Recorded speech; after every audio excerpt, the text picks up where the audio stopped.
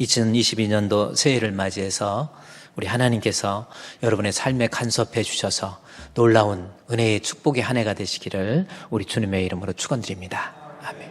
자, 옆에 계신 분으로 인사 한번, 안녕하세요, 반갑습니다, 이렇게 인사 한번 하시고요. 자, 벌써 이제 여러분도 한 살 더 드셨죠? 떡국은 드셨습니까? 네, 옛날에는 설날 되면 떡국 먹고 한 살 더 먹었다고 그랬는데 그래요. 얼마 전에만 해도 저도 그런 것 같아요. 나이를 항상 올려서 이 얘기하려고 노력을 많이 했는데 어느 순간부터가는 이제 좀 젊다고 나이를 이제 내려서 얘기하려고 이제 이렇게 그러는 것 같아요. 저도 이렇게 세월이 흐르면서 나이가 이렇게 들어가면서 이제 나도 하나님 만날 날이 저 가까워졌구나라는 것을 생각하게 되고요. 그렇습니다. 어쨌든 2022년도에도요. 정말 하나님이 우리 삶에 간섭하시면 아마 축복의 한 해가 분명히 됩니다. 그런 한 해가 될 줄로 믿습니다. 자, 오늘 이 신년 맞이해서 우리 새로운 새해, 새로운 새해를 맞이해서 하나님께서 우리에게 주시는 말씀의 제목은 오늘 시편에 나와 있는 것 같이 내가 항상 주와 함께하니 라는 말씀의 제목입니다. 내가 항상 주와 함께한다, 이 말씀이에요. 그래서 2022년도 새해에는 내가 항상 우리 주님과 함께하겠다. 그래서 그러니까 I'm always with the Lord. 뭐 조금 쉬운 내용이니까 I'm always with the Lord. 한번 해볼까요? I'm always with the Lord. 예. 이렇게 섞여서 나오면 다 영어 같아요. I'm always with the Lord. 제가 always를 집에서 가만히 보면 이 continually, 그래서 I'm continually with the Lord 이렇게 하니까 조금 어색한 것 같기도 해요. continually라는 것은 뭐냐면 always는 그냥 항상이지만 continually라는 것은 지속적으로. 그래서 그래서 이것을 continue가 좀 어색해서 조금 좋은 방법 없을까 해가지고 앞에 차라리 since를 앞에 집어넣어서 since I am always with the Lord 하면 될 것 같아요. 그래서 since I am always with the Lord. 그래서 since라는 것은 뭐예요? 지금까지 이것처럼 앞으로도 since 변함없이 죽을 때까지 내가 하나님과 함께 하겠다라고 하는 그러한 다짐, 그것이 2022년도 우리가 갖고 붙잡아야 될 하나의 슬로건이 되고 표가 되겠어요. 그래서 여러분도 좀 새해에는 흔들리지 않는 그러한 믿음으로 승리하시기를 우리 주님의 이름으로 축원드립니다. 그래서 이렇게 제가 이제 잠깐 또 우리 붓글씨로도요, 우리 집사님이 이렇게 붓글씨 아주 잘 쓰신, 저 붓글씨 내용이 이제 달력에도 나오고 그래요. 다른 교회 같은 데 보면 저 달력 아주 붓글씨 잘 쓰시는, 저거 쉬운 거 아닌 겁니다. 형통할 때 말하기를 영원히 흔들리지 않는다요. 흔들리지 않는데 정말 중요한 것은 뭐냐면 형통할 때가 문제예요. 일이 잘 안 됐을 때는 어떤 사람은 하나님 더 의지할 것 같은 사람도 있고, 또 일이 안 돼서 불평하고 떠나는 사람도 있지만, 근데 더 무서운 것은 일이 잘 될 때, 걱정거리가 없고, 뭐 걱정거리 없는데 뭐 들라고 교회가. 이제 평안한데 뭐 이게 정말 조심스럽고 위험한 거예요. 형통할 때 다윗은 말하기를 영원히 주를 흔들리지 아니하리라. 할렐루야. 우리 주품교회 성도들은 일생을 살아가면서 정말 흔들리지 않고 우리 하나님 끝까지 의지하면서 죽을 때까지 since I'm always with the Lord, 우리 주님과 함께 동행할 수 있는 우리 주품교회 성도가 되시기를 주의 이름으로 축원드립니다. 자, 그런데 그러면 오늘 이 본문의 말씀이 어디에 있냐면 시편 73편 23절의 말씀이에요. 그러면 오늘 이 말씀이 가지고 있는 의미는 어떻게 보면 앞으로는 이 아삽이 그런 거예요. 내가 앞으로 내 인생은 그래요. 2022년도 한 해는 앞으로는 내가 항상 주님과 함께 하겠다, 이러한 다짐이 있고요. 또 하나 좀 내려가다 보면은 25절 말씀에 보면 내가 사모할 자 없나이다 라는 말씀을 통해서 나 이제부터 주님 사랑하면서 살겠습니다. 여러분, 한 해 동안 나 주님 떠나지 않겠습니다. 믿음 안에서 살겠습니다. 그리고 믿는데 그냥 믿는 것이 아니라 내 마음속에서 내가 주님 정말 사모하면서 그렇게 살겠습니다. 또 다짐이잖아요. 그 다음에 또 하나는요, 28절에 나 하나님 가까이 하면서 살겠습니다. 이 다짐이거든요. 그러니까 아삽이 대단한 다짐을 한 거예요. 나 흔들리지 않고 하나님을 믿는 믿음 안에서 우리 주님 사모하면서 주님 사랑하면서 그리고 하나님 앞에 내가 주님 가까이 하면서 이렇게 살겠습니다라고 하는 이 아삽의 다짐입니다. 저는 이 다짐이 우리 인생을 승리의 삶으로 이끌 수 있는 아주 중요한 말씀이라고 생각해서 제가 이 시편 73편을 한 해의 마감을 하면서 그리고 새해 들어서 이 말씀을 가지고 은혜를 받고자 합니다. 자, 그러면 이 시편 73편 23절에 여러분이 성경을 보면 알겠지만 내가 항상 주와 함께 하겠다. 이 아삽의 다짐인데 이 다짐의 이유가 뭔가? 아삽이 뭐 때문에 이런 다짐을 하지요? 그렇잖아요. 여러분이 어떠한 것을 결심할 때 마음 고쳐 먹을 때 그래요. 마음에 어떤 것을 다짐하고 결심할 때 중요한 것은 그 결심할 수 있었던 원인, 동기가 있어야 되잖아요.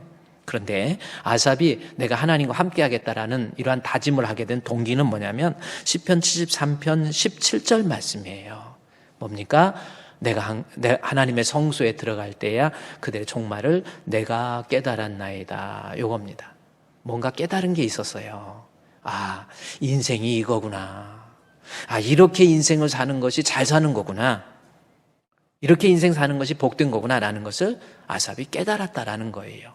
따라서 우리가 이러한 승리의 다짐을 위해서는 먼저 깨달음이 있어야 되는데 그러면 아삽이 깨달았던 내용이 뭔가라고 하는 것을 우리 시편 73편 전반부를 통해서 우리가 살펴봐야 이러한 다짐이 나올 수 있었던 이유를 알게 된다 그 말씀이죠.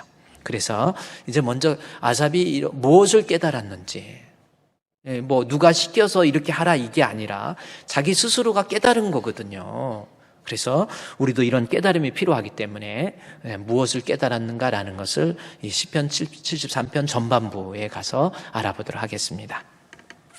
자, 시편 73편은 1절 말씀에 보면 그 앞에 제가 지난주에 말씀드렸듯이 빨간 글씨에 눈을 좀 두자 그랬죠. 아삽이 쓴 시입니다. 그래서 아삽이 썼다라고 하는 거 12편의 이 시편을 써요. 아삽이 50편 포함해가지고 12편의 이 시를 아삽이 씁니다. 그런데 이 아삽이 어떤 인물인가를 먼저 선 이해가 있어야 돼요. 그래야 이 아삽의 인물을 통해서 우리 자신을 좀 돌이켜볼 수 있거든요. 그러면 아삽이 어떤 사람인가? 혹시 여러분의 모습은 아닌지 좀 볼 수 있게 하기 위해서 아삽이 이 사람이 좋은 사람이야, 나쁜 사람이야, 아니면 신앙이 좋은 사람이야, 나쁜 사람이야, 이걸 좀 알아보자는 거예요. 자, 그러면 이 아삽에 대해서 알기 위해서는요, 역대상 25장, 여러분이 성경을 한번 가보시기 바랍니다. 열왕기 상하 역대상인데 역대상 25장에 한번 우리 성경을 배우는 입장에서 한번 가보도록 하겠습니다. 25장 1절 페이지로 647페이지에 있는데 역대상 25장 1절 말씀해 보니까 다윗이 군대 지휘관들과 더불어 아삽과 여기 아삽이 나오죠. 아삽과 헤만과 여두둔 이 나옵니다. 그래서 아삽이 어떤 인물인가 여기에서 우리가 좀 살펴볼 필요가 있다라는 거죠. 자, 그런데 아삽이 어떤 사람인가? 여러분이 한번 보십시오. 아삽과 헤만과 여두둔의 자손 중에서 구별하여 섬기게 하되, 하나님을 섬기게 하기 위해서 다윗이 아삽과 헤만과 여두둔 이 말씀이 나와요. 그래서 하나님을 섬기는데 뭘로 섬기는가 봤더니 수금과 비파와 재금을 잡아서 신령한 노래를 하게 하였으니 이 말씀이 나오는 거예요. 아삽은 어떤 사람이에요? 하나님 앞에 다윗과 동시대의 사람으로서 하나님을 섬기는 사람. 그런데 섬기는데 어떻게 섬기는가 봤더니 신령한 노래로. 찬양을 통해서 하나님을 섬기는 사람이었구나 라는 것을 알 수 있어요. 그러면서 기왕 여기까지 와서 좀 살펴보는 거예요. 그러면 찬양이 뭔지 여기에서는 아삽과 헤만과 여두둔을 통해서 성가대를 조직을 해요. 그래서 여기까지 왔으니까 한번 성가대는 어떤 의미가 있는지, 우리가 신앙생활하면서 우리 성가대 봉사, 오늘도 우리 성가대 찬양 너무 잘해 주셨잖아요. 우리 성가대, 이 성가대라고 하는 것이 무언가라는 것을 좀 살펴봐야 돼요. 보니까 아삽과 헤만과 여두둔이 있었는데 2절에 보면 아삽이 나오고 3절에 여두둔이 나오고 4절에 헤만이 나오는 거예요. 다 같이 성가대에 찬양을 하는 사람들인데 여기 보니까 그 대표가 아삽과 헤만과 여두둔 이렇게 나옵니다.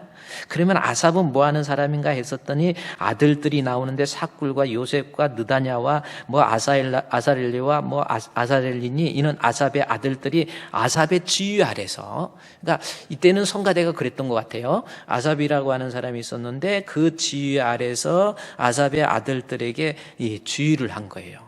아삽이. 그래가지고 왕의 명령을 따라서 신령한 노래를 하게 됐다. 그래서 아삽은 그의 후손들과 함께 하나님 앞에 목소리를 통해서 찬양한 사람 이렇게 나옵니다. 여두둔은 또 누군가 봤더니 25장 3절 말씀에 여두둔에게 이르러서는 그의 아들들 뭐 그달랴와 스랴와 여사야와 뭐 이거 일일이 다 뭐 알 필요 없고요. 아들들이 쭉 나옵니다. 그런데 아들이 6이야. 여기는 그런대로 아들이 6이 있었는데 그의 아버지 여두둔의 지휘 아래서 뭐를 했어요? 수금을 가지고 신령한 노래를 하게 했다라는 말씀이 나옵니다. 그러니까 아삽은 찬양, 목소리를 통해서 찬양하게 하고 여두둔은 수금이 뭐예요? 혹시 악기 수금이 뭔지 아세요? 수금이 뭔가 보면은 아마 다윗 시대 때 다윗이 연주했던 그런 현악기 이렇게 표현되고 있더라고요. 맞는지 뭔지 모르겠어요. 저도 다윗이 연주했던 현악기 이게 수금이래요. 뭐 우리 가야금 뭐 이런 것도 일종의 현악기잖아요. 그러니까 현을 가지고 이렇게 연주하는 수금. 그래서 여두둔은 수금이구나 이렇게 알 수 있습니다. 근데 헤만 4절 말씀에 헤만에 이르러서는 헤만은요 그의 아들들 쭉 이름이 뭐 온니엘, 수부엘, 여리몬, 하나냐 뭐 이렇게 이름이 쭉 있어요. 마하시옷, 뭐 호딜과 마하시옷 뭐 이는 다 헤만의 아들들이니 5절에 헤만의 아들들인데 뭐를 부는 사람? 나팔을 부는 자. 그리고 헤만은 하나님의 말씀을 가진 왕의 선견자로서 헤만에게 몇 명의 아들? 14명의 아들과 3명의 딸을 주셨대. 이야, 이 14명. 우리 성가대 반주자에게 임신 이제 드디어 몇 년 만에 임신했는데 앞으로 14명 날려면 죽어났네. 이렇게 자녀가 많은 게 좋아요. 지금 저기지만은 자녀가 많은 게. 저희는 이제 7남매가 이제 있는데 아버님 돌아가시니까 진짜 환히 꽃을 놓을 데가 없어가지고 나중에 리본만 띄어가지고 지금이라도 빨리 여러분 아이 더 낳으세요. 더 좋은 것 같습니다. 아멘. 그래요. 헤만은 아이가 14인데 아들만 14이고 딸이 3명이나 되네. 근데 이 헤만은 주로 뭐 했는가 봤더니 여기 나팔 5절에서는 나팔, 그러니까 나팔을 부는 사람. 나팔. 우리 교회 나팔 우리 강현실이 정말 존재감 있게 딱딱 부는데 헤만의 아버지가 혹시 별명이 헤만이 아닌지 모르겠어. 나팔을 탁 그냥 정말 잘해요. 아주 좋습니다. 내가 어떻게 이름을 아느냐? 우리 아내하고 이름이 똑같아. 그래서 우리 나팔 정말 존재감 있게 딱딱 부르면 우리 교회는 작곡도 또 이렇게 해주셔가지고 또 이렇게 나팔 불 때 뭐 다 하니까 또 이것도 잘 되는 것 같아요. 나팔이 있었죠. 또 6절 말씀에 헤만의 아들들은 지휘 아래서 재금은 또 뭔지 아세요? 재금이 뭘까? 뭐 오늘 신년 말에서 악기에 대해서 좀 재금이 뭡니까? 재금이 뭔지 혹시 아세요? 네. 그래서 저도 재금 악기에 대해서 잘 몰라서 주석에 보니까 이 양쪽에 이렇게 이 심벌즈라고 그러나요? 이거 뭐 쫙 치는 거 있잖아요. 이거 뭐라 그래요? 그것이 이거예요. 그래 그거라고 이렇게 소리를 딱 쳐서 장단을 맞추기 위한, 그러니까 심벌즈라고도 할 수 있겠네요. 뭐 이런 겁니다. 재금이 그거고 비파는 이것도 현악기. 그리고 수금은 아까 다윗이 얘기했던 그런 거예요. 그래서 여기 그래서 이 헤만은 악기를 가지고 또 이렇게 찬양을 했던. 그러면서 이 성가대에 좀 보면요, 수요 오늘 연초니까 한번 찬양도 중요하니까 봅시다. 수요를 봤더니 어떻게 해서 이 주일을, 이 성가대를 뽑았는가 봤더니 7절에 그들과 그 모든 형제 곧 여호와의 찬송하기를 배워 익숙한 자. 야, 그래도 조금 음악성이 있는 사람. 타고난 그게 있잖아요. 여기도 대부분 부모의 영향을 좀 받거든요. 예. 이 찬양을 이렇게 해서 보니까 그 익숙한 자, 배워서, 그래서 찬송하기를 배워서 익숙한 자. 그러니까 타고나지 못하면 열심히 배워야 되죠. 그래서 성가대 열심히 연습도 해가지고, 그렇습니다. 그래서 익숙한 모습을 가지고 찬양을 해야 돼. 안 익숙해지면 찬양 막 처음에 할 때 막 안 맞다가 나중에 끝날 때 아멘만 기가 막히게 하는 경우도 있지만 그러지 마시고 잘 배워서 익숙한 찬양 그래야 되는. 근데 수요가 몇 명인가 봤더니 몇 명이에요? 288명이래요. 288명. 어떻게 해서 288명일까 했더니 거기에 보니까 첫 번째 반열이 나오는데 여기 이 9절의 첫째 반열. 그래서 첫째로 그다음에 둘째로 14 마지막 31절에 보면 24까지 나와요. 24의 반차에서 12명씩 뽑은 거예요. 그래서 28 곱하기 12라니까 288명이 된 겁니다. 야, 288명의 성가대. 이 괜찮죠? 그래서 우리 교회도 한 오케스트라까지 이래저래 한 80명, 90명 되나요? 요 정도인데 앞으로 우리도 288명. 한번 여러분 성가대 가입하세요. 성가대 좀 열심히 하셔서요. 지금까지 성가대 하다가 이게 좀 그만둔 사람도 다시 들어가 컴백해가지고 288명 얼마나 좋습니까? 성가대 아무나 아는 게 아니에요. 여기 그것도 어디에 나왔냐면요. 이 어떻게 해서 성가대를 뽑았는가 봤더니 이 8절에 이 무리의 큰 자나 작은 자나 스승이나 제자를 막론하고 다 같이 제비를 뽑아서 직임을 얻었다. 이 말씀이 있습니다. 이게 무슨 뜻인지 아세요? 성가대 그냥 뽑는 게 아니었다라. 저도 성가대 할 거예요. 저도 성가대 할 거예요. 그러니까 안 돼 해가지고 할 수 없이 아우성이니까 제비 뽑은 거예요. 성가대는요, 그냥 억지로 내가 사역한다 그러지 마시고요. 이게 얼마나 귀한데. 막 서로 하려고 한 거예요. 그런데 이게 얼마나 귀하다는 게 뭔가 보면 하나님 앞에서 신앙 있는 성도에게 성가대 찬양이 얼마나 중요하면 25장 1절 말씀에서 한번 볼까요? 다윗이 군대 지휘관들과 더불어 아삽과 헤만과 여두둔의 자손 중에서 구별해서 뭐 하게 했어요? 섬기게라는 거예요. 우리는 그냥 섬기는가 보다 하는데 여기서 섬기게가 뭐냐면은 예배, 제사 드린다라는 재전적 의미를 나타내는 용어예요. 그러니까 성가대는요, 제사예요, 제사. 얼마나 하나님 앞에, 하나님이 귀하게 여긴 게 제사거든요. 우리가 찬양하는 거 제사 드리는 거라니까요. 그래서 충분한 각을 떠서 그래서 짐승을 하나님 보기에 합당한 모습으로 만들어져서 조각되어지고 재련되어지고 이렇게 훈련되어서 하나님 앞에 드리는 예배라는 겁니다. 특별히 25장, 역대상 25장을 조금 더 넓은 눈으로 해안을 가지고 바라보면 24장부터 볼 필요가 있는 거거든요. 24장에 어떤 내용이 나오냐면 24장 1절에서 아론이 나와요. 아론은 제사장입니다. 그 다음에요, 이 20절 말씀에 보면 레위 자손 나옵니다. 그래서 지금 열왕기상 24장에서는요, 아론의 제사장의 반열, 레위 족속의 반열을 통해서 하나님 앞에 드려지는 제사를 얘기하고 있는 거예요. 따라서 25장에서 나와 있는 섬김이라는 것은 성가대 찬양, 우리가 드리는 찬양은 하나님 앞에 드려지는 찬미의 제사라는 거예요. 그러니 이거 뭐 적당히 할 수 있는 문제가 아니에요. 찬미의 제사. 레위, 노래하는 제사장들이에요. 특별히 우리 성가대는요, 노래하는 제사장이라는 것을 아시고요. 적절하게 하면 그냥 하나님 앞에 최선을 다해서 하나님이 받으실 만한 향기로운 제물이 되어야 돼. 그래서 찬양을 할 때도 정말 향기로운 제물. 그것이 섬김이라는 말 속에 들어있고요. 또 하나 25장 1절에서 섬기게 하며 수금과 비파와 재금을 잡아서 무슨 노래? 신령한 노래. 노래는 노래인데 무슨 노래예요? 신령한 노래라는 거예요. 이게 무슨 뜻이에요? 세상 노래하고 구별됐네요. 이런 의미로 우리가 느낌적으로 받아들이는데 여기서 신령한 노래라는 것은 그 뜻이 아닙니다.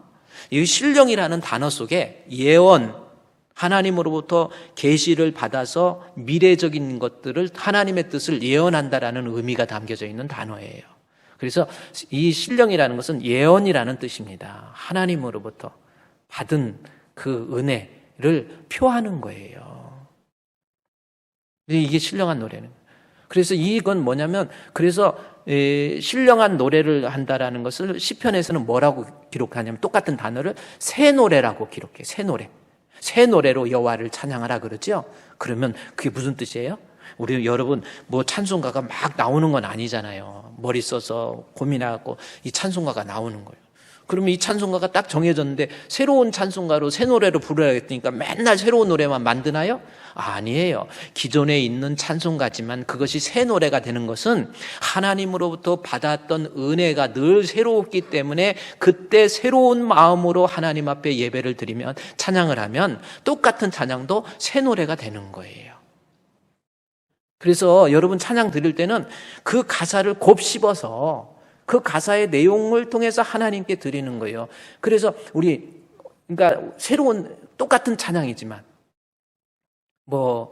우리 찬양도 여러 가지 똑같은, 어떻게 계속 다른 것만 하겠어요?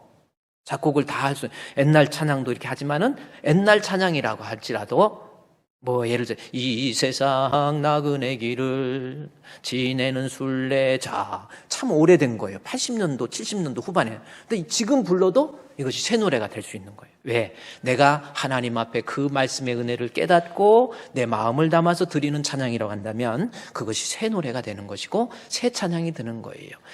전혀 새로운 노래가 되는 거예요. 그래서 이전에 없었던, 그랬죠? 이전에 없었던 노래로 나 주님을 찬양해. 그 찬송 가사 있죠?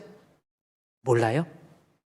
찬양할 때 송축해 내 영혼아, 내 영혼아, 거룩하신 이름, 이전에 없었던 노래로 나 주님을 찬양해. 맨날 있었던 노래인데 이전에 없었던 노래라고 표현하잖아요. 그것이 신령한 노래입니다. 우리 성가대요. 성가대 드릴 때마다, 찬양할 때마다 내 마음이 새로워져야 돼요. 그래서 정말 이전에 없었던 노래로 나 주님을 찬양해. 이것이 성가대라고 하는 겁니다. 우리 오늘 신년 첫 주기 때문에 우리가 신앙생활하면서 이 성가대 찬양이 얼마나 좋아요. 여러분 오늘 회중 찬송 뭐 불렀어요? 그렇죠. 그러니까 이 회중 찬송을 부를 때도 여러분 내가 이전에 없었던 찬양이 돼야, 똑같은 나 이제 주님의 새 생명 얻은 몸, 옛 것은 지나고 새 생명이로다, 새 사람이로다. 그 생명 내 맘에 강같이 흐르고 그 사랑 내게서 해같이 빛난다. 영생을 맛보며 주 안에 살리라. 오늘도 내일도 주 함께 살리라. 주 따라 가는 길 험하고 멀어도 찬송을 부르며 뒤따라가리라. 새 노래로 부르라는 거예요. 이제 가사 띄워봐야 늦었어요. 다 외웠어. 우리 새 노래로. 앞으로 회중 찬송도요, 우리 주품교회에 찬양을 드려도 달라야 돼. 우리 진짜 하나님 앞에, 하나님은요 정직한 자의 기도를 기뻐하신다 그랬잖아요. 정직한 만남을 기뻐하세요. 예배를 드려도 참 마음과 온전한 믿음으로 하나님께 나아가야지. 앞으로 찬양을 드려도요 항상 정말 새 노래가 되는 거예요. 우리 새해를 맞이해서 새 사람 되자고 저는 찬송가를 선택할 때도 그냥 선택하는 게 아니에요. 새 노래, 새 찬송. 이것이 우리가 드려야 될 찬양의 모습. 찬양을 드려도 하나님이 받으실 만한 향기로운 제사. 그리고 우리 성가대도요, 새해에는요 성가대도 좀 하세요. 좀 연습 힘들어도요 아무나 하는 게 아니에요. 지금은 아마 제비 안 뽑을 때 빨리 들어오세요. 조금 있으면 제비 뽑아야 돼요. 자, 이것이 아삽은 하나님 앞에 찬양하는, 늘 하나님 앞에 믿음이 충만해서 그 신앙을 가지고 하나님을 찬양한 사람이 아삽이구나, 여기서 알았습니다. 그러면 이제 시편 73편으로 또 가도록 하겠습니다. 자, 시편 73편에 이제 가보니까, 자, 뭐 오늘 서론이라는 것보다 오늘은 이 찬양에 대한 개념을 우리가 하나님 말씀을 통해 살펴봤고요. 그래서 앞으로 새 노래로 하나님을 찬양하자, 이런 말씀이었고요. 그 다음에 이 아삽이 깨달았다라는 거거든요. 그럼 아삽이 어떤 사람인가? 정말 믿음 좋고 신앙 좋고 어떻게든지 말씀대로 신앙대로 살고, 자기 신앙만이 문제가 아니고 자기 후손들, 자기 자녀들까지 믿음도 다 관리하고, 그래서 야 너희들 찬양 이렇게 해야 돼 이렇게 해야 돼 해가지고 그렇게 하나님 앞에서 신앙을 좋은 아삽, 그겁니다. 얼마나 신앙이 좋은지 시편 73편 1절에 나와 있잖아요. 하나님, 아삽이 믿는 신앙의 고백이에요. 하나님은 어떤 분으로 알고 있어요? 이스라엘 중에서 마음이 청결한 자에게 선을 행하시는 하나님. 그 머릿속에서 어떻게, 그 신앙이 뭐예요? 마음이 청결한 자는 어떤 표현이냐면, 마음이 청결한 자가 복이 있나니 저가 하나님을 본다라는 거죠. 우리가 죄가 있으면, 양심에 뭐가 꺼리끼면 사람을 봐도 똑바로 못 봅니다.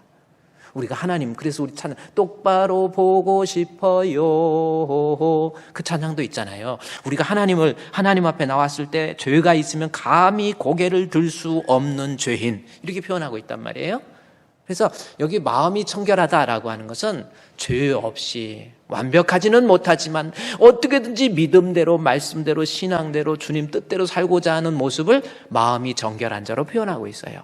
그런데 하나님은 어떤 하나님이에요? 아삽이 알고 있는 하나님은 그렇게 어떻게든지 믿음대로 말씀대로 신앙대로 죄짓지 않으려고 하고 신앙대로 살고자 하는 이 사람에게 하나님은 복을 내려주신다. 다른 의견 없지요? 여러분, 우리 하나님 그렇게 알고 있잖아요. 맞죠?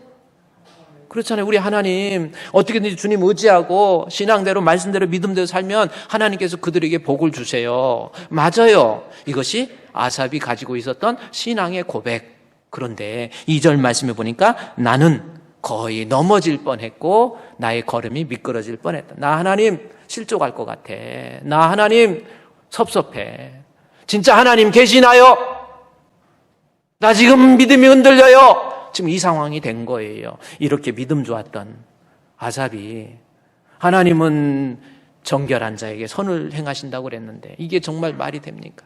그러면서 실족할 것 같은 거예요. 그래서 내용이 뭔가 뭐 때문에 실족하지? 하고 성경을 봤더니 시편 73편 3절 말씀에 이는 내가 악인의 형통함 때문에. 형통은요, 순적하게 잘 진행되는 거예요. 악인인데 잘 돼. 마음이 정결해갖고 믿음대로 살고자 하는 사람보다 이 사람이 더 잘 되는 거예요. 그래서 여기서 악인이 누군가 봤더니 3절에 오만한 자. 오만한 자라는 것은 하나님 위에 자기가 있다고. 다시 말해서 하나님을 안 믿는 사람. 아니, 저 사람은 하나님도 안 믿는데 일이 잘 형통하게 잘 돼요. 어떻게 잘 되는가 봤더니 거기 오만한 자가 잘 되는 거 봤더니 4절 말씀에 몸도 더 건강하고 죽을 때도 고통도 없고, 하나님 나는 예수 잘 믿고 나는 몸이 약해가지고 음식을 먹어도 소화도 안 되고 걷기도 힘들고 여기저기 몸이 아픈 거 투성인데 정말 하나님 살아계십니까? 내가 이 문제를 놓고 얼마나 기도했는데 하나님 안 고쳐지네요. 나 하나님 실족할 것 같아요. 이겁니다 지금. 뿐입니까? 5절 말씀에 이 사람에게는요 고난도 없고 재앙도 없어. 재앙은 내 힘으로 해결할 수 없는 문제들이 막 가정에 막 닥치는 거예요. 걱정거리 고난도 없어요. 울 일도 없는 거야. 그런데 나는 여러 가지 사업의 문제 때문에, 물질적인 문제 때문에, 돈 문제 때문에 막 울어야 되고 걱정스럽고 한심스럽고, 가정에 갑자기 문제가 생기고 부부간에도 막 갈등이 생겨가지고 막 싸우고 다투고, 막 아이를 내가 얼마나 정성스럽게 이 아이에게 투자하고 열심히 키웠는데 왜 이 아이는 이렇게 힘들어야 됩니까? 어려워야 됩니까? 하고 지금 그런 입장이에요. 그런데 예수 안 믿는 사람, 하나님 안 믿는 사람은 이 사람에게는 5절에 고통도 없고 재앙도 없고. 근데 나는 어떤가 봤더니 나 예수 잘 믿는 나는 뭐예요? 14절 말씀해 보니까 나는 종일 재난을 당하며 아침마다 징벌을 받았대요. 그러니까 재앙이 한두 가지가 아니에요. 이것도 잘 안 되고 저것도 안 되지고. 나는 어떻게든지 믿음대로 살려고 했는데 경제적인 문제도 막 문제가 생기고, 이 경제적인 문제도 여기 보니까요, 여기 7절 말씀에 그 사람은 마음의 소원보다 소득이 많아. 그 사람이 어떤 사람인가 봤더니 이 강포하고 교만한, 6절에 교만으로 표현하고 있죠. 막 사람 무시하고 다니면서 신앙이 없으니까 사람 무시하고 막 이러고 다니는데 그 사람의 막 소득은 더 많아. 막 팡팡 쏘. 좋은 차도 막 사고, 먹고 싶은 것도 저는 어디 가면 그냥 5천 원짜리 정도로 먹으려고 그러는데 쟤는 막 그냥 시켜 먹어도 탁 틀리는 거예요. 우유를 마셔도 그냥 서울우유, 그냥 생우유 먹는데 저 사람은 막 거기다 뭐 무슨 기능성 우유인가 해가지고 뭐 닥토 뭐 해갖고 막 이게 유장까지 들어가고 대장까지 쭉쭉 들어간다 해갖고 막 비싼 것만 이게 먹는데 나는 돈 없어서 못 먹어. 근데 저 사람은 예수도 안 믿고 신앙도 없는데 악인인데 나는 너무 돈도 없고요. 막 힘들어. 근데 막 사기치면서 돈 벌고 남 속여갖고 돈 빼갖고 하는데 쟤는 잘 살아. 근데요, 이 12절, 시편 73편 12절 말씀해 보니까 볼지어다 이들은 악인이라도 항상 평안하고 재물은 더욱 불어나는 거야. 쟤네는 이러니 하나님 안 믿고 싶다 지금 이거예요. 나 실족할 것 같아. 아니 하나님 믿음대로 살면 믿음 안에서 하나님이 복을 주신다고 그랬는데 이게 무슨 복이래요? 하나님 진짜 살아계십니까? 지금 이게 바로 아삽의 고민이고 우리의 고민이에요. 우리가 정말 믿음대로 우리도 살잖아요. 나름대로 어떤 문제를 놓고 기도했는데 하나도 들어주시는 것 같지도 않고 믿어봐야 별것도 없는 것 같아요. 오히려 손해보는 것 같아. 지금 아삽이 이 문제로 인해서 막 고민합니다. 자기만 그런 것이 아니라 나중에는요 10절 말씀해 보니까 그러므로 그의 백성이 이리로 돌아와서 보세요. 이게 무슨 뜻인지 10절에 그러므로 백성이 이리로 돌아와서 이 가득한 잔에 가득한 물을 다 마시며 그다음에 뭐라고 말하는가 봤더니 뭐예요? 하나님이 어찌 이거 알겠어? 이러고 있는 거예요. 이게 무슨 뜻인지 10절 말씀에 그의 백성이거든요. 그러니까 신앙생활 잘하는 사람도 살다가 보니까 아이고 믿음대로 살다가 보면 내가 이러다가 나 죽어버리지. 아이고 잘 되는 일도 없는데 아유 나도 저 사람들처럼 나도 뭐 꼭 신앙대로 살 필요 없어. 뭐 힘들게 뭐 자꾸 예배드려. 아유 나 그럴 필요 없어. 그냥 적당히.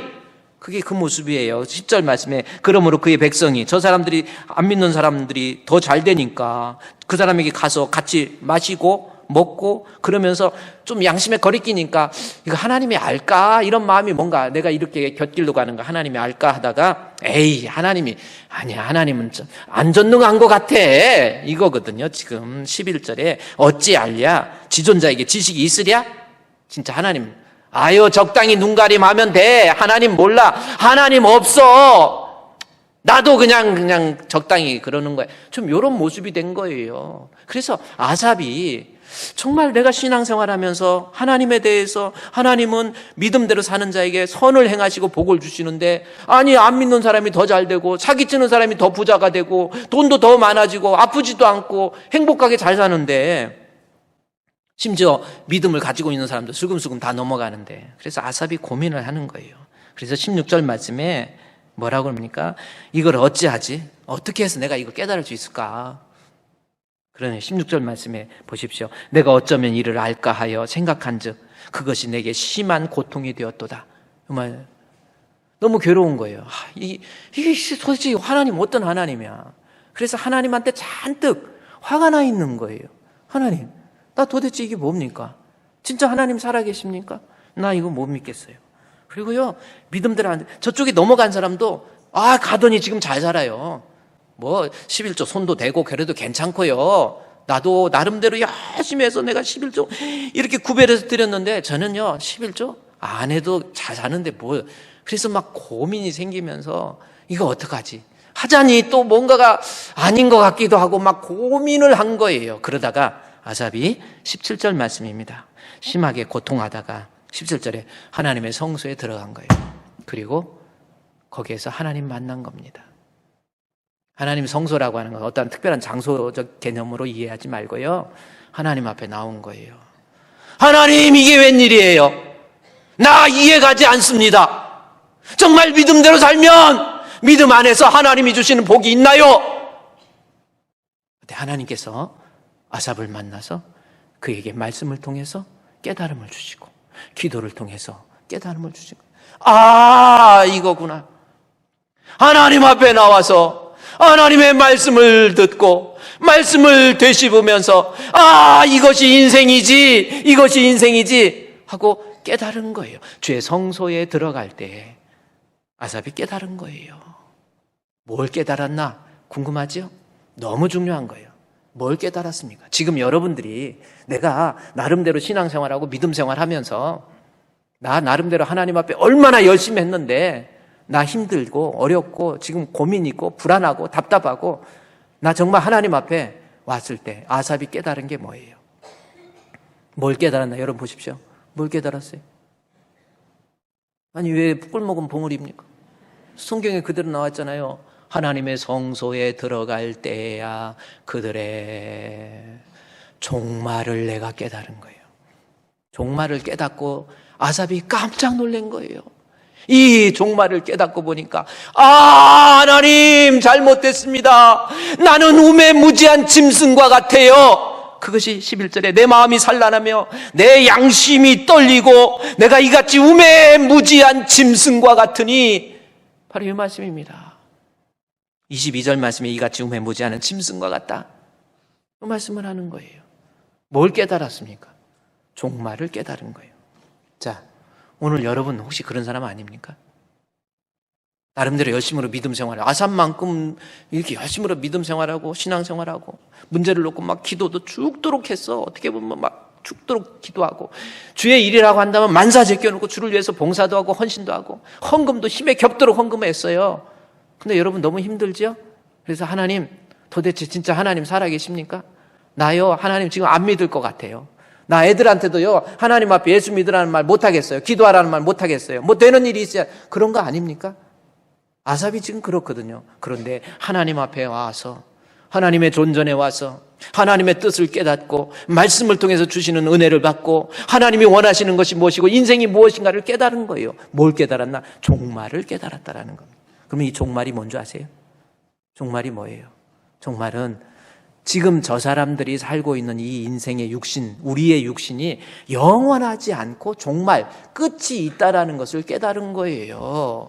내가 이거 지금 살고 있는 거, 내가 지금 수십억의 재산이 있다 할지라도, 여기 재산이 더욱더 불어나가지고 돈이 수십억, 수백억이 있다 할지라도 이 사람도 인생의 종말이 있고 내가 건강해서 아프지 않고 건강해서 몸이 튼튼하고 그래서 아플 일도 없고 그러나 그 사람도 죽게 되고 내가 아무리 높은 자리에 올라가서 남을 비웃으면서 자기 자랑을 하고 다니고 권세를 부리고 다닌다 할지라도 이 사람이 영원한 것 아닙니다. 인생은 끝이 있어요. 육신적인 삶이 영원한 것이 아니에요. 세상의 모든 것들은 반드시 내가 내려놔야 될 때가 있다는 것을 이 사람이 깨달은 거예요.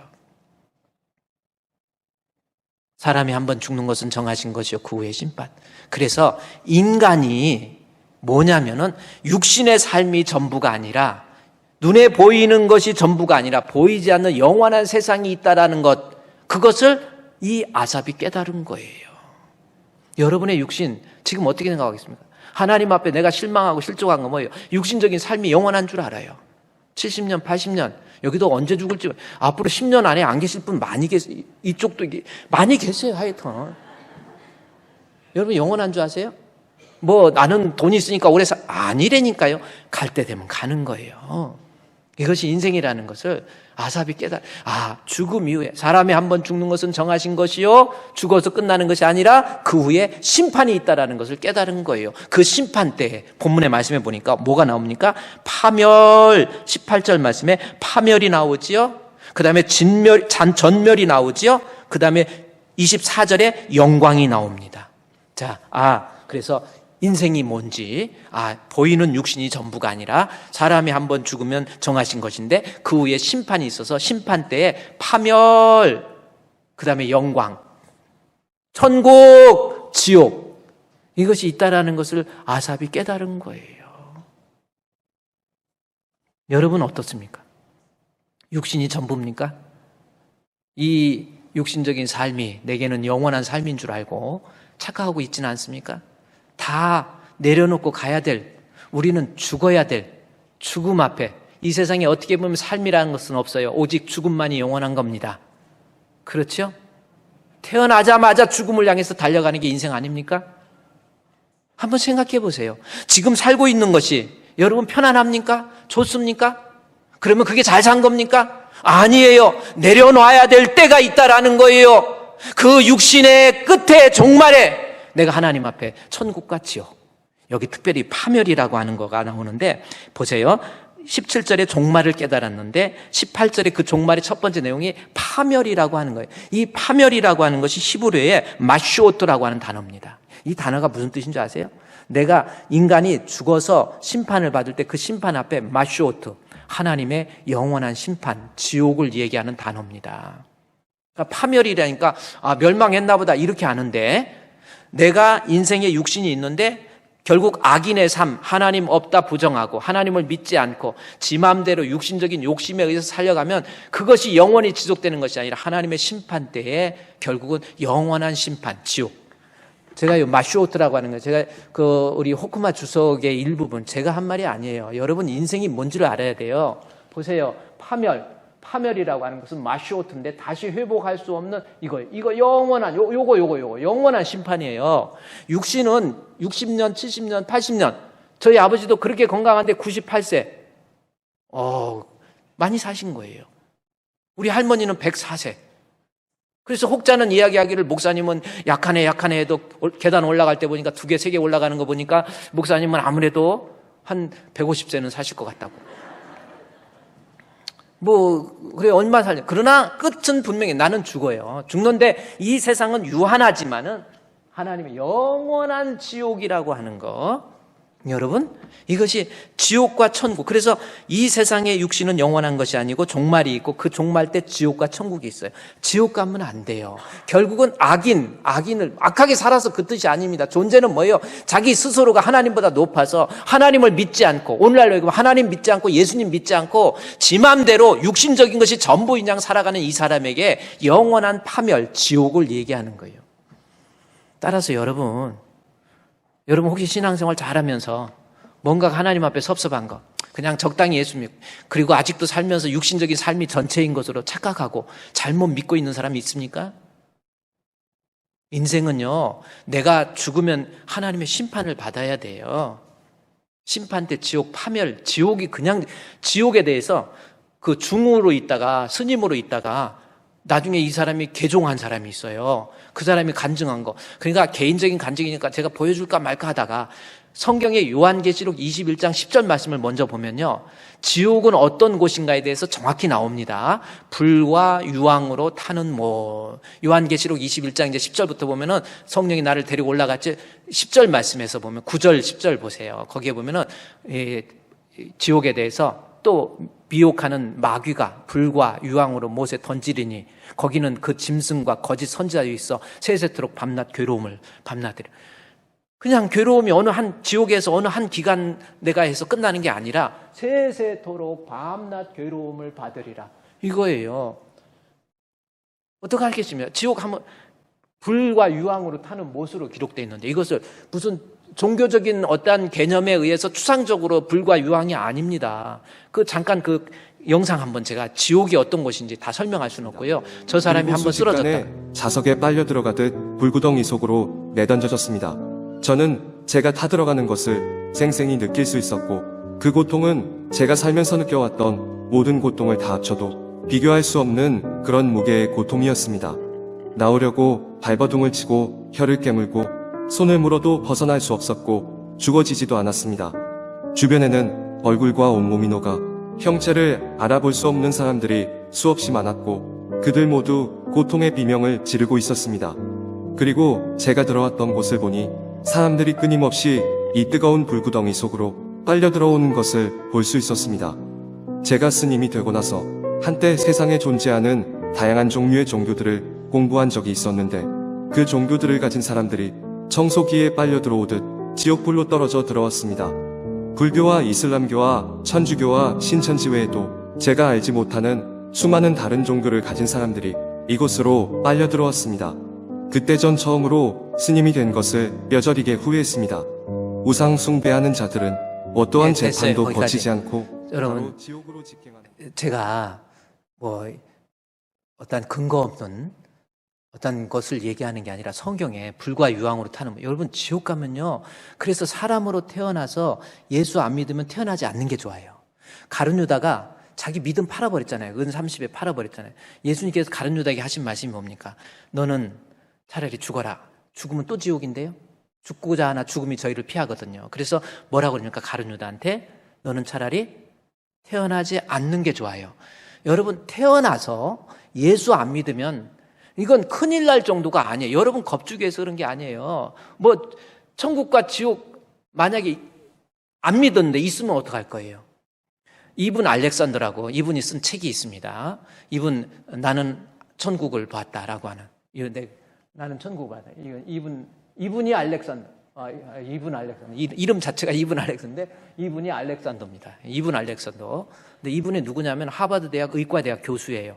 뇌 정밀의학학과의 교수입니다. 그리고 의사이고 대단한 인물. 뇌 과학에 있어서 뇌 문제에 대해서는 이만한 사람이 세계적으로 없는 거예요. 근데 이 사람이 갑자기 뇌사 상태가 된 거예요. 이것이 방송에 다 나왔죠. 2008년도 11월에 천국을 보는데 미국 버지니아 출신의 53세 이분 알렉산더, 우리 나이로 54세고 하나 또 넘겨보면요. 화면 보여요. 하버드 의대병동에서 의사로 근무하다가 이 사람이 뇌사 상태에 빠진 거예요. 심장이 멈춰서, 여러분도 어떻게 심장이 멈춰서 이렇게, 그러니까 저희 아버님도 이제 돌아가실 때 임종되니까 빨리 의사가 돌아가십니다. 그럴 때 보니까 다 했더니 심장이 멈추더라고요. 심장이 멈추면서 몸의 체온이 슬슬 떨어지다. 이게 죽음이다라는 거예요. 근데 죽으면 끝나는 거죠. 이 사람도요, 심장이 멈춘 게 아니라 뇌가 멈춘 거예요. 뇌사가 된 겁니다. 그래서 뇌사라고 하는 것이 뭔가, 이분이 생각하기를 원래는 교회를 다니는 사람이었지만 하나님을 알고 천국과 지옥도 알았지만 하나님도 믿지 않고 천국과 지옥도 믿지 않은 사람이에요. 알기는 알았지만 믿지 않는 사람이었는데, 하나님에 대해서도 뇌의 어떤 화학적 물리적 작용에 의해서 우리가 신을 만들어낸다, 이렇게 생각했던 사람입니다. 신은 존재하지 않고 천국도 지옥도 존재하지 않고 인간이 만들어낸 하나의 동양의 드래곤, 용이 있잖아요. 용, 실체하지 않지만 심볼로서 실체하지 않지만 용의 그림도 그리고 뭐 하듯이 천국과 지옥도 하나님도 인간이 머릿속에서 만들어낸 하나의 환상에 불과한 것이다. 이분의 지론입니다. 대단한 하버드 대학 의사하고 이 사람이었는데, 그런데 이 사람이 뇌사가 된 거예요. 그러면 뇌가 죽었으면 뇌에서 만들어내는 하나님도 없을 거 아니에요. 뇌사가 됐으니까. 모든 신들이 뇌에서 만들어낸다며 인간이 만들어낸 신이라고 했잖아요. 리차드 이분도 옛날에 그런 얘기를 하는데, 그럼 하나님이 뇌사가 됐으니까 하나님 안 만들어내. 근데 이 사람이 갑자기 죽게 됩니다. 뇌사 상태가 돼서 7일간 코마 상태.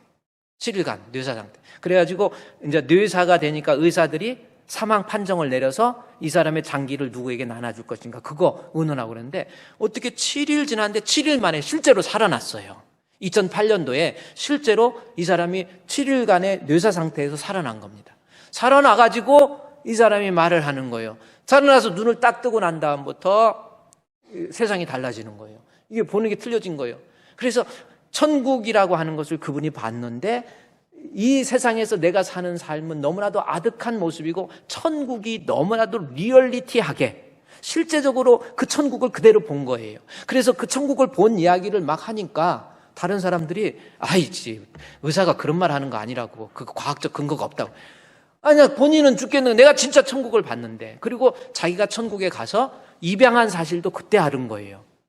내 실제 어머니가 누군가도 알았고, 그 다음에 같이 있었던 자기 여동생도 알아보고 막 이런 겁니다. 그리고 천국이 너무나도 생생하게 이분 알렉산더가 보고 와가지고 이야기하니까 아무도 안 믿어요. 나중에 의사가 와가지고 그런 소리 하지 말라고, 그런 건 있을 수도 없다고.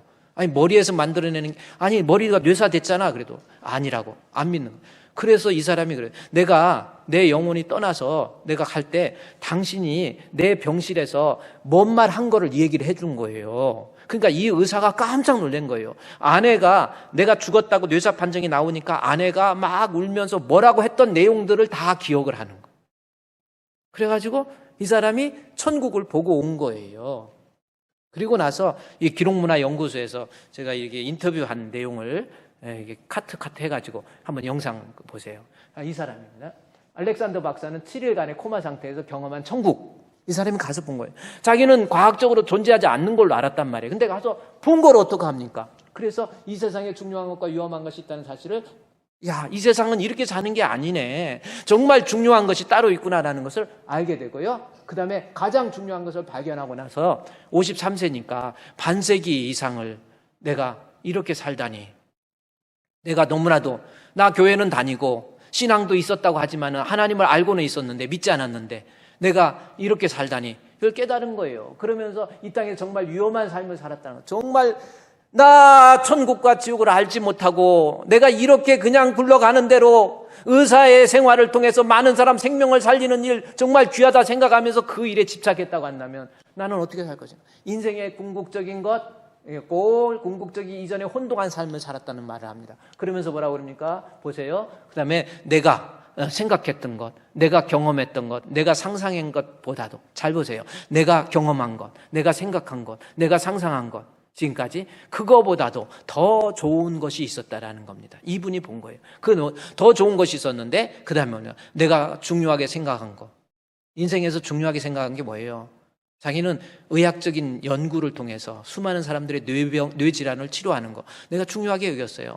근데 생각했던 것, 중요하게 생각했던 것보다 더 중요한 것이 있었다라는 겁니다. 그 다음에 더 좋은 것, 더 중요한 것이 있다는 것을 알게 되고 난 다음에 그 다음에 뭐라고 하냐, 나는 이전과 같은 길을 갈 수가 없었어요. 인생이 뭔지를 진짜 아는 거예요. 아, 죽으면 그냥 끝난가 보다. 아니라는 거예요.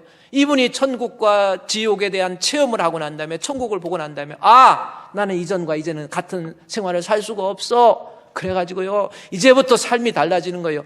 하버드 대학 지금도 교수하면서 그 사람이 뭐 하는 말이 예수 생명, 예수 생명, 예수 믿고 천국 갑시다. 할렐루야! 사랑이 달라지는 거예요.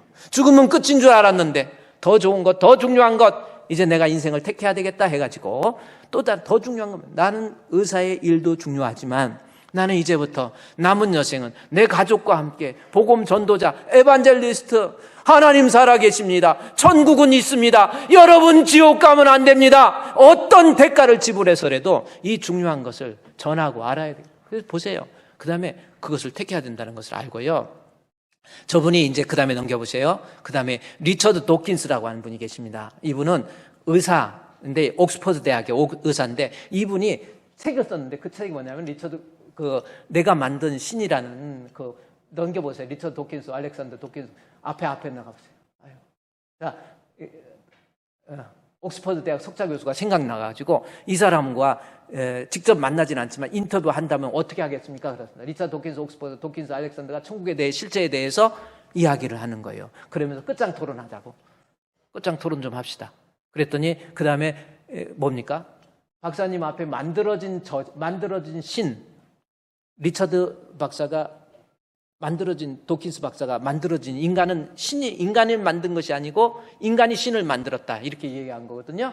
그래서 그 저자의 대표적인 작품, 리처드 도킨스가 그에게 있다고 하면서 말 좀 해주세요. 그랬더니 뭐라고. 그러니까 여러분 지금 그거잖아요. 아삽처럼 하나님 믿는 믿음이 있다고 하면서도 정말 천국과 지옥에 대해서 확실하게 믿지 못하는 사람, 그리고 죽어봐야 알지 이런 사람이에요. 이런 사람에 대해 도킨스 박사가 뭐라고 하겠습니까? 그랬더니 넘겨보세요. 그 다음에 뭐예요? 알렉산더 박사는 웃으면서 대답을 합니다. 그 다음에 뭐라고 그럽니까? 그러나 목소리는 결혈합니다. 진짜 존재가 뭔가를 알게 됐고, 그 다음에 이봐요 도킨스 교수님, 자기 확신을 가지고 이 땅에 사는 것은 자유입니다. 그래요, 천국도 안 믿고 지옥도 안 믿고 하나님도 안 믿고 예수님도 안 믿고 그저 세상에 육신적인 것이 전부인 양 알고 육신적인 소망을 두고 썩어져 없어져 버릴 것을 위해서 살아가는 당신, 그것은 자유입니다. 그러나 한 가지 생각해 보세요. 뭡니까? 이거 하나 생각. 당신은 신은 없으며 인간은 죽음으로써 모든 것이 끝장난다고 했는데 그 다음에 뭡니까? 정작 당신이 이 땅을 떠날 때, 여러분 정말 하나님에 대해서 아직 믿지 못하고 천국에 대해서 믿지 않았다. 진짜 이 세상 떠날 때 천국이 있고 지옥이 있으면 어떡해? 하나님의 존재가 있다고 어떻게 할 거예요? 여러분 정말 그때 어떻게 할 겁니까? 한번 생각해 보세요. 제가 여러분한테 막 구걸하면서 예수 믿으라 그거 아닙니다. 여러분 인생 이거 우연히 만든 몸이 아니잖아요. 내일 작정 새벽기도 때부터 인간의 존재, 자기 이해, 이거예요. 내가 그냥 만들어졌습니까? 창조주에 의해서 만들어진 것이고 내 존재가 뭔지를 알아야죠. 이게 죽으면 끝입니까? 아니에요. 안 믿는 사람들도 죽으면 저 세상 같다고 그러잖아요. 조상들에게 제사 지내잖아요. 뭔가가 영원한 세계가 있다라는 거예요. 그러면서 하나님이 존재한다면 어떻게 할까요? 제가 도킨스 교수가 해줄 이야기는 이것입니다. 보세요. 뭔 얘기입니까? 나는 분명히 천국을 보았습니다. 정말 천국은 있습니다. 누가 뭐라고 해도, 있는 천국 안 믿는다고 해도 있는 천국 없어지는 것이 아닙니다. 누가 뭐라고 해도 천국은 있단 말이에요. 그 다음에 뭐라 합니까? 이것이 그가 마지막 도킨스 박사에게 누가 뭐라고 해도 천국이 있다라는 거예요. 여러분, 저와 여러분 한 시대 살면서 제가 목사로서 여러분에게 어떤 이상한 종교적 신념을 가지고 내 자신의 신념을 여러분에게 주입시키기 위한 것이 아니에요. 여러분이 태어난 것이 확실한 것만큼 죽는 것 또한 확실하고, 그렇죠? 태어나는 것, 죽는 것 눈으로 보니까 맞아 그러는데, 죽은 다음에 성경은 이야기합니다. 사람이 한 번 죽는 것은 정하신 것이요, 그 후에 심판이 있어요. 아삽이 그걸 깨달았단 말이에요. 나름대로 성가대로서, 나름대로 교회 중직자로서 내가 열심으로 신앙생활하고 열심히 주님 사랑한다고 했는데 아직도 내 신앙의 부분이 육신적인 부분에 국한되어 있던 거예요. 잘 먹고 잘 사는 것이 하나님의 은혜요 축복인 줄로 알고 있었어요. 형통한 것이, 높은 자리에 올라가는 것이, 내가 세상에서 출세하는 것이 하나님이 내게 주신 신앙의 전부인 양 알았단 말이에요. 그러나 하나님 앞에 가서 하나님 말씀을 통해서 주님 앞에 기도하다가, 주여, 인생은 종말이 있네요. 천국과 지옥이 있네요. 주여, 내가 이렇게 우매무지합니다. 짐승과 같습니다. 나 믿음이 있다고 하지만은 아직도 구원의 확신이 없습니다. 아직도 천국에 대한 확신도 없습니다. 하나님, 나를 용서해 주시고 이제부터는 나는 I'm always with the Lord. 나는 주님과 이제부터 항상 함께 하겠습니다. 나 이제 주님 사랑하면서 살겠습니다. 나 주님 이제 가까이 하면서 하나님 앞에 예배, 하나님 앞에 기도, 하나님 앞에 찬양, 인생을 그렇게 살아서 주님 앞에 갔을 때 영광 중에 나를 영접하는 그 불못에 들어가면 안 돼요. 우리 사랑하는 주풍교회 성도 여러분, 제가 신년돼서 오늘 이번에는 목소리를 좀 부드럽게, 여러분 안녕하십니까? 이렇게 하려고 그랬는데, 이거는 그럴 문제가 아니에요. 뭐 가진 것도 없고 의지할 데 없고 못 배워서 예수 믿는 줄 착각하지 마세요. 목사님 위해서 예수 믿어주는 걸로 착각하지 마요. 툭 하면 예배 빠지고 아직도 신앙이 뭔가, 이게 문제가 많습니다. 아니에요. 아삽의 문제 아닙니까? 하나님 앞에 나와보세요. 무엇이 진리인지, 인생이 무엇인지, 어떻게 사는 것이 잘 사는 것인지 깨달을 수 있잖아요. 그렇게 돈이 좋습니까? 그렇게 명예가 좋습니까? 그게 영원합니까? 괴테의 파우스트, 그 책 여러분, 내가 지금 현재의 삶에 만족하면서 나는 이 생이 좋아, 이 세상이 영원하기를 원해, 이미 악마와 계약한 거잖아요. 파우스트에 나오잖아요. 이 세상은 영원한 거 아니에요. 하나님의 심판이 있습니다. 심판 때 예수 믿음으로 모두가 다 천국 갈 수 있는 알곡이 되시기를 우리 주님의 이름으로 축원드립니다. 오늘요, 한번 잠깐 한 1분만이라도 하나님, 내가 아삽과 같이 아직도 깨닫지 못했던 부분 아닙니까? 내 신앙의 전부가 이 세상인 줄 알았어요. 아직도 육신적인 것 때문에 하나님 원망하고 불평하고 섭섭해하는 모습은 아닙니까? 하나님, 종말에 있을 우리에게 주어질 약속의 천국 바라볼 수 있는 영안을 허락하여 주시옵소서. 우리 다 같이 기도하도록 하겠습니다. 하나님 아버지, 오늘도 말씀을 통해서 인생이 무엇인가를 알게 해주신 하나님 감사합니다. 아직도 어리석은 모습이 아닙니까? 아직도 연약한 모습이 아닙니까? 신앙생활 잘한다고 하지만 육신적인 것 때문에 울고 웃으면서, 육신적인 것 때문에 하나님 원망하고 불평하면서 내가 믿음으로 나아가지 못한 우리의 모습이 아닙니까?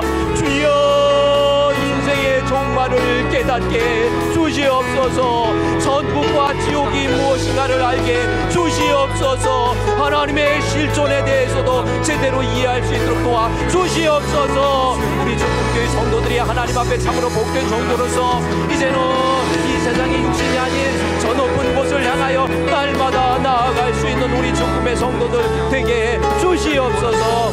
예수님의 이름으로 기도드리옵나이다.